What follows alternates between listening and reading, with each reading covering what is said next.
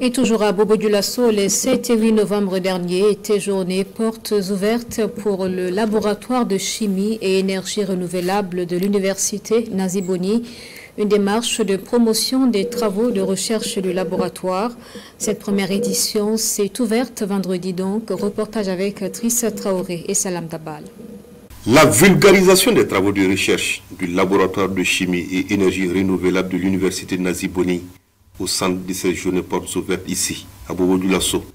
Des journées, premières du genre, qui se tiennent autour du thème « Contribution du laboratoire de chimie et énergie renouvelable à la qualité des travaux de production des entreprises ». C'est un laboratoire pluridisciplinaire qui aborde vraiment des thématiques qui sont en lien avec les priorités du pays.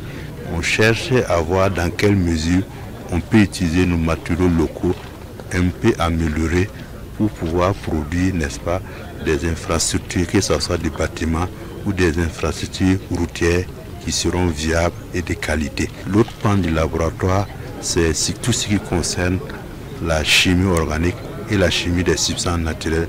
On cherche vraiment à valoriser nos plantes médicinales, nos plantes aromatiques, faire des extractions d'huile à partir de ces plantes-là et voir dans quelle mesure on peut utiliser ces huiles dans la parfumerie, dans la cosmétique, dans l'agroalimentaire et surtout dans le domaine des insecticides, des pesticides.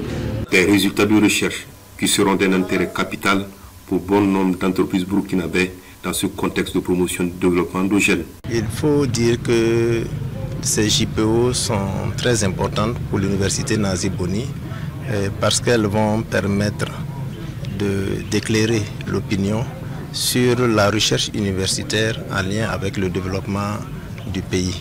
Nous attendons également que les étudiants puissent s'imprégner de ce qui se passe au niveau de la serre, comprendre les enjeux, comprendre la recherche et également aller vers les entreprises pour apporter des solutions. Dans le domaine des routes, nous avons des formulations de béton que nous faisons. Voilà, les formulations des enrobés, des bétons bitumineux. Et également aussi les recherches d'emprunt, les études sur les essais sur les matériaux, la thérétique, tout ça. Et tous ces domaines, le laser, c'est un laboratoire qui peut apporter des solutions sur les préoccupations des entreprises dans le domaine du BTP. À ces jours de portes ouvertes, une visite guidée au profit des participants a permis de découvrir les installations de l'entreprise Safito et celles du laboratoire de chimie et énergie renouvelable de l'université Naziboni.